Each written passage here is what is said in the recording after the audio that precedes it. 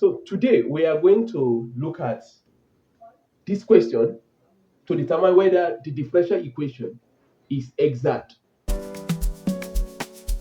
So if it is exact, you go ahead and solve. But here we're going to end it as if the differential equation is exact. At this moment, here we're going to differentiate the t with respect to y.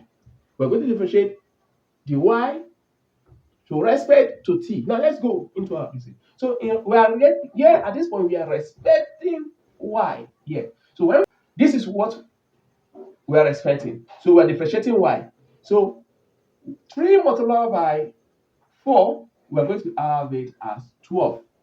12, then this man we're going to keep it constant, which is t raised to the power of 3 y squared.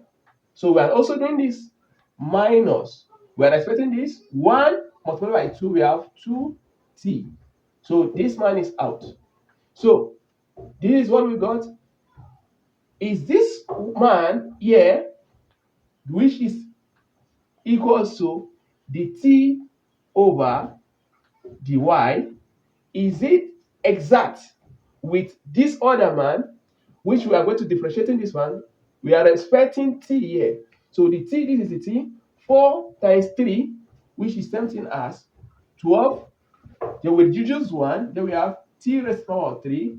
Then we keep this man constant, y squared.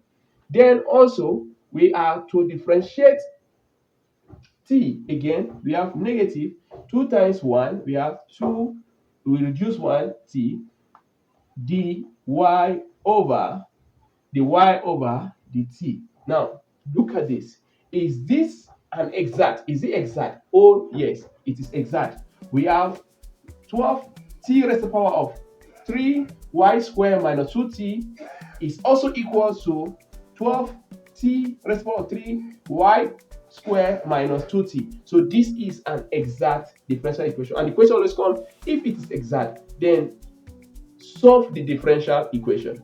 So if you find this interesting, and in our next class, we are going to be looking at the homogeneous differential equation in series. Thank you.